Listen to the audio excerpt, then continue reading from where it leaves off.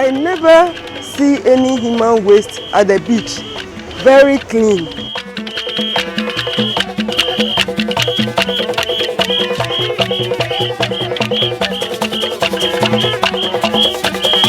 So they've gained knowledge on how to put themselves together to have one voice so they can speak the same language wherever they go.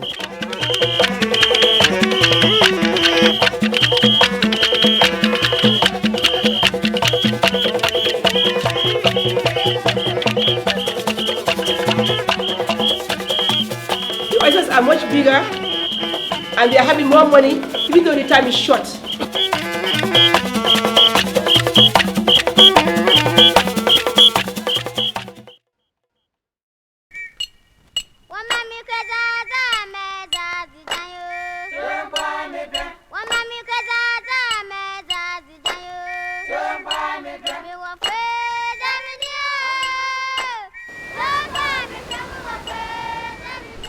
Overfishing, environmental degradation, and the impacts of climate change threaten marine fisheries in West Africa. What is at risk as fish stocks are depleted? Food security, livelihoods, economic growth, biodiversity, human health, and ecosystem sustainability. However, these risks need not become reality. West Africa has achieved success in building resiliency, reversing negative trends, and managing fisheries sustainably.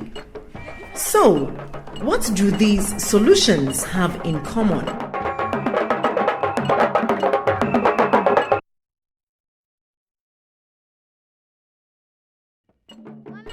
Leaders of Guinean organizations supporting women in the fisheries sector and their government of Ghana colleagues from the Fisheries Commission visited peer organizations in the Gambia and Senegal to see success in action.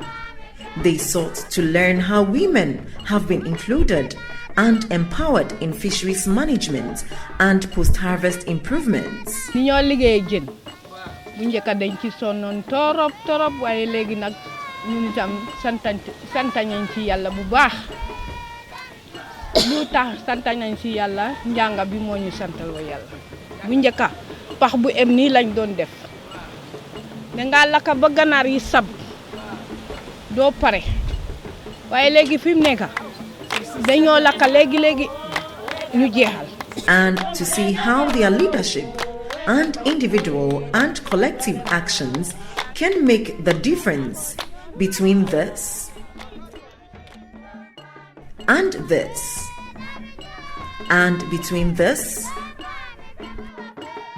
and this, and also between this and this.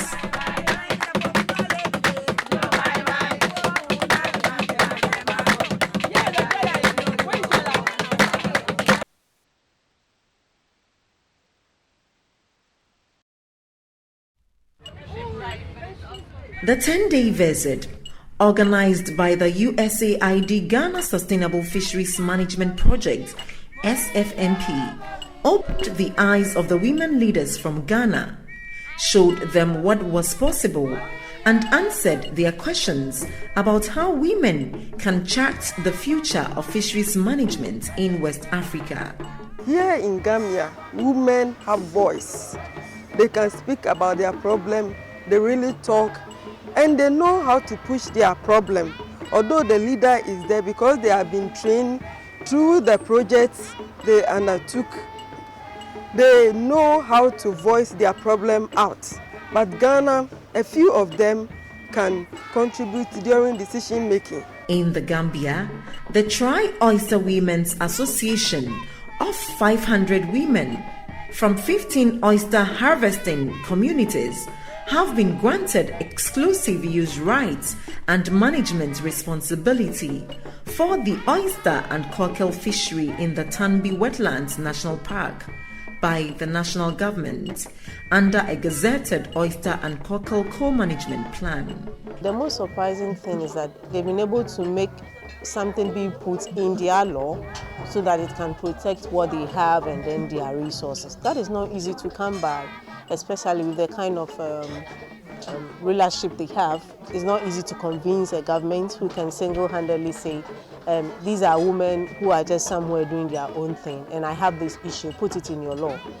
It's not easy to come by. And I'm thinking about how can this be done in Ghana, since we have a lot of issues, people have their own views, we live in a democratic rule, that you say this, this one said no, I'm not going to agree.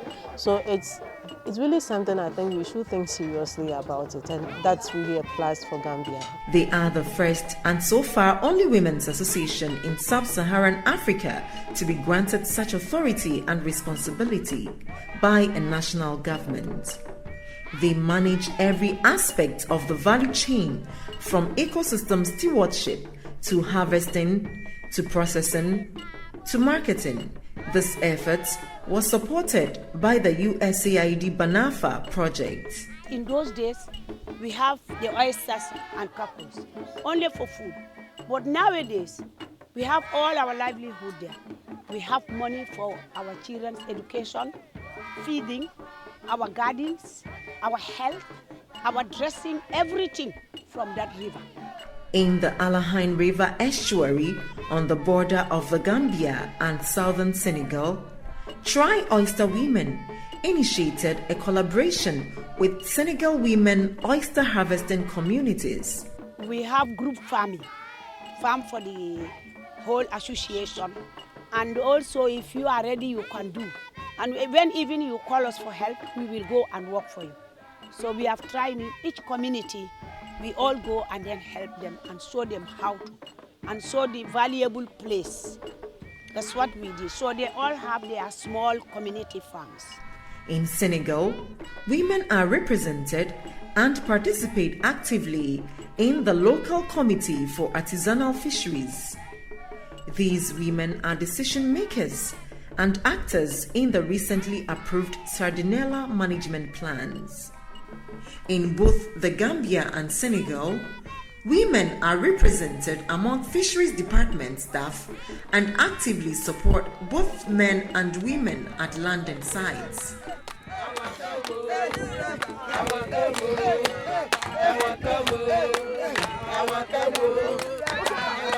The impact of women's engagement and leadership in the Gambia cannot be overemphasized.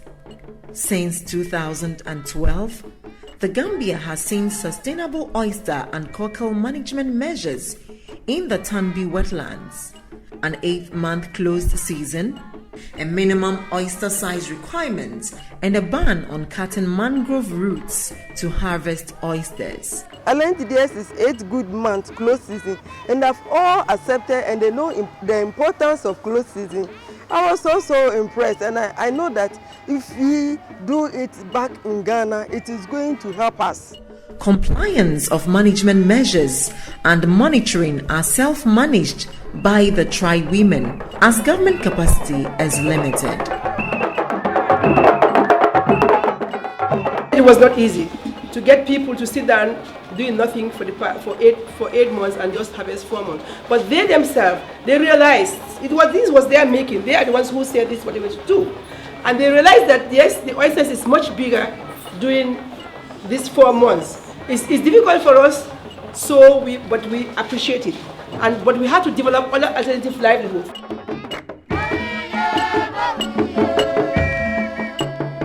Tour participants also witnessed the impact of women's engagement and leadership in Senegal.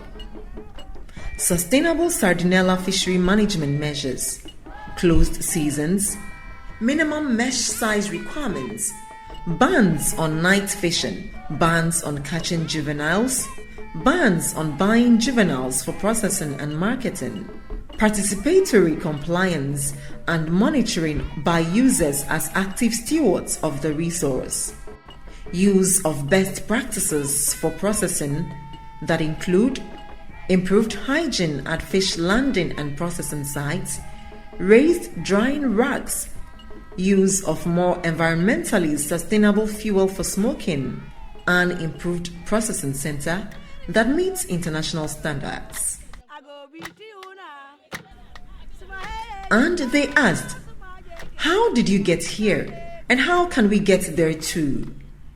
Trust and solidarity around a shared vision, organization, outreach and consultation, capacity development, capitalizing on women's local ecological knowledge and accompanying it with scientific knowledge involving women in action research, offering women-friendly literacy and financial literacy training, providing access to savings and credit programs targeted at women's needs, study tours and leadership training, technical training in improved handling, hygiene and processing techniques and marketing, integrated programs.